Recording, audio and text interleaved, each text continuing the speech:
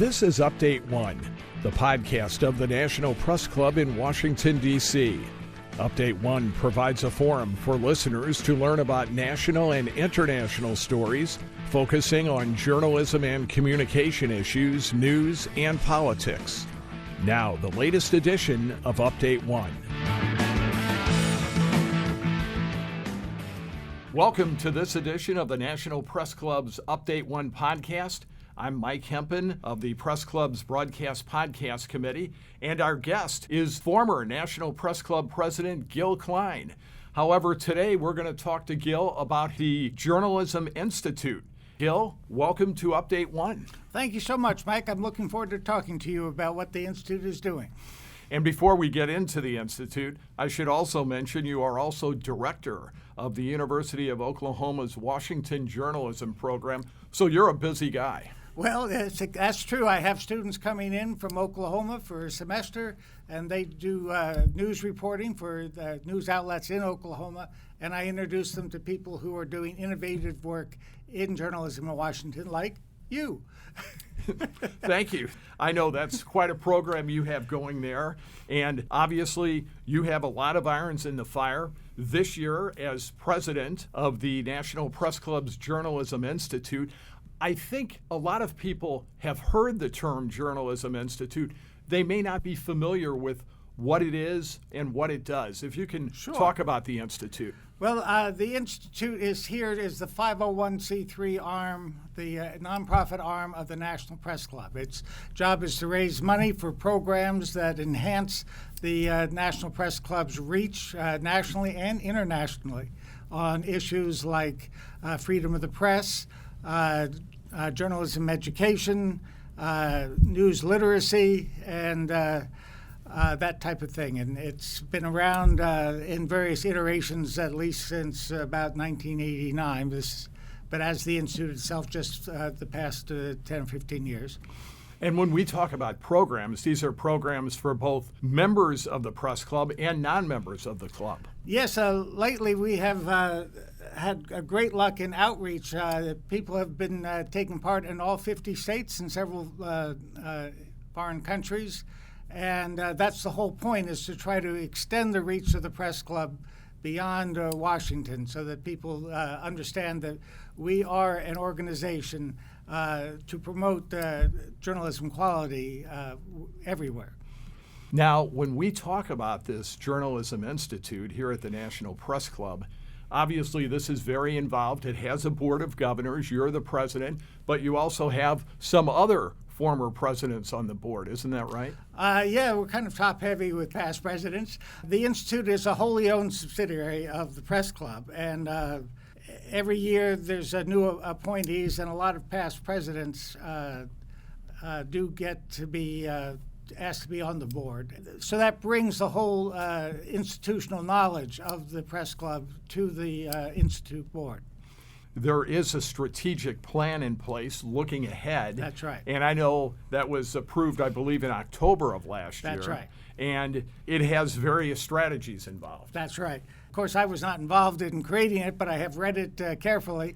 It is a very ambitious 3-year plan to try to extend the reach of the Institute and its programs, like we were talking about, especially enhancing the freedom of the press, protection of journalism, and especially educational programs, not only for journalists, but also for other people, the layperson who wants to know what is all this hoo-ha about false news and all this craziness that's been going around that has been attacking journalism. We have to find some way to push back about what constitutes quality journalism, and we're really into quality journalism.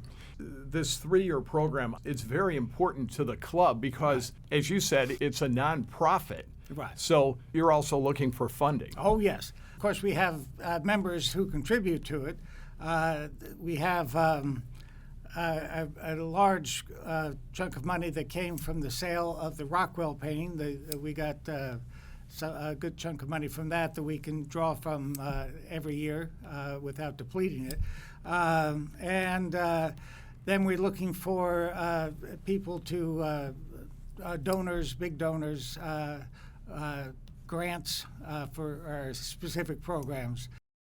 Press freedom. Yes. A big issue for the National Press Club, something we cover extensively That's here right. on the Update One podcast. And I know just so far this year, you have been part of several releases the Press Club has put out regarding press freedom issues in That's right. various parts of the world. That's right. This is an issue that cannot be given too much attention. No, it certainly cannot. And we work very closely with the club's Freedom of the Press committee, or team, that actually has split up the world and has one person watching what's going on with press freedom in various parts of the world, plus the United States. And they will, when something rises to the level of we have to do something, they will write up a draft of a release to go out about problems in Nicaragua or Mexico or even in the United States. And I am told these actually have quite a bit of weight around the world. People do take notice of it, and it's our way of making sure that journalists know that there is someone back in Washington who knows what's going on and is on their side. And for people who are non-journalists who are listening, they may think, well, press freedom, how big of an issue is it? How important is it really? But if there's not press freedom, then you have problems, certainly in a democratic society. Oh, yeah, you can't have a democratic society without press freedom, and that's the first thing a tyrant wants to do, or anybody pushing towards an authoritarian government, is to discredit the press and then try to bring it under its own control. And it's so easy for this to happen. And you think, oh, the United States, we've had press freedom for 250 years. Well, you got to be very careful, because there are those who are doing everything they can to discredit it so that they can say anything they want and not have people believe them, and thinking that the people who are talking about, well, this isn't actually right, are not to be credible. So this is very important, right here at home and everywhere around the world. Everything is pushing the wrong way in an awful lot of countries right now, including this one. Your job as president this year of the Journalism Institute, what are your responsibilities? To oversee the board and encourage the various aspects of it, the fundraising, the programs. We have various committee chairs who are looking at specific parts of it. Of course, there's the annual Fourth Estate Award dinner, which we co-sponsor with the National Press Club. That is actually a fairly big fundraiser for the Institute. So I'm still getting my feet wet into all my responsibilities. It's like being president of the club. You're the one who has to be the face of it, and you're the one who has to make sure all the trains run on time.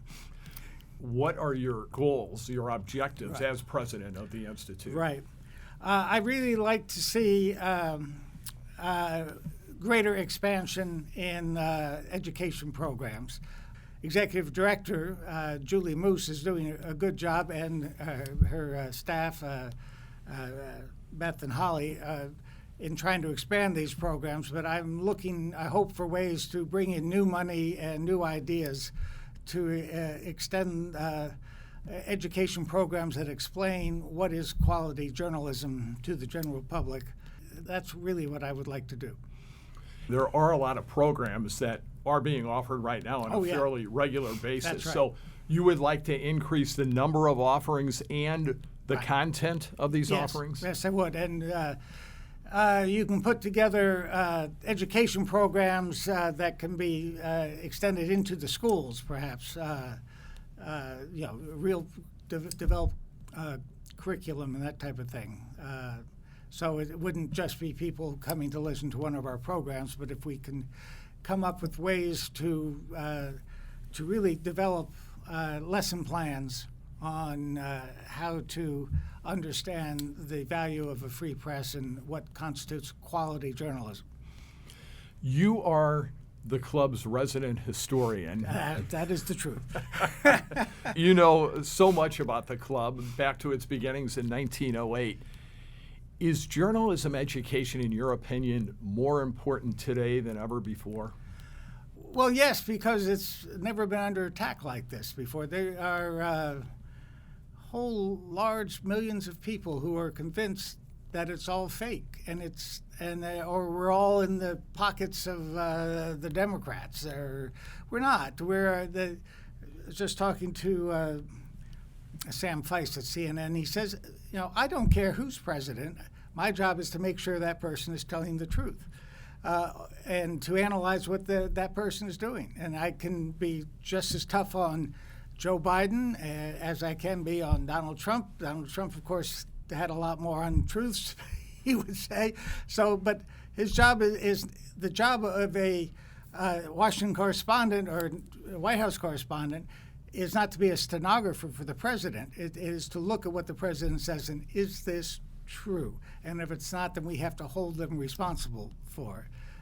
How much of a challenge is the fact that we have more news sources that tend to cater to a specific audience now than ever before?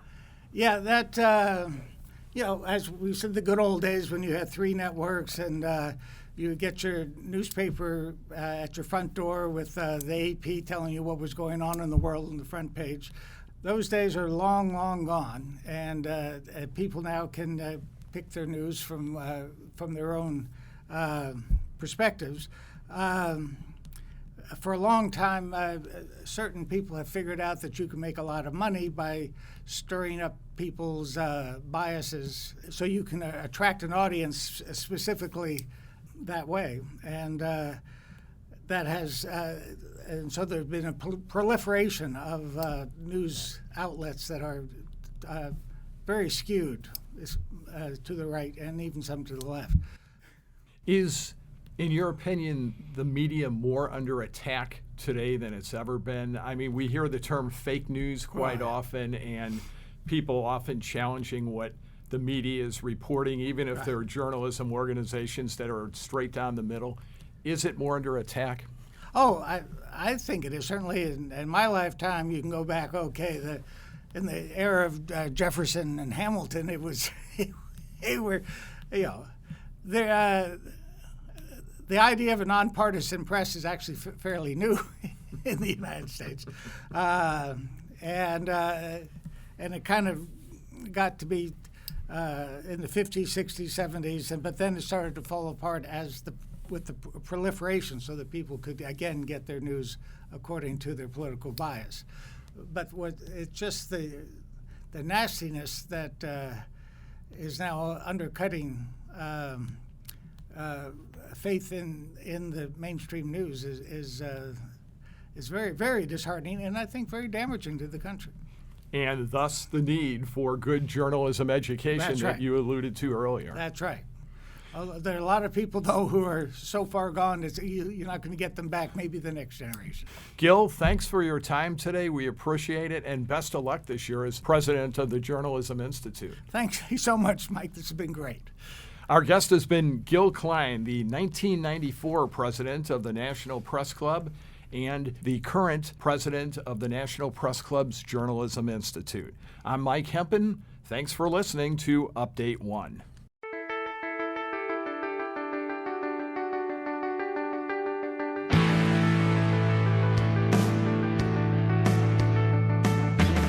Update 1 is a production of the National Press Club's Broadcast Podcast Committee. You can comment on this podcast or any episode of Update 1 by sending an email to update1podcast, that's update, the number 1 podcast, @gmail.com. Thanks for listening to Update 1.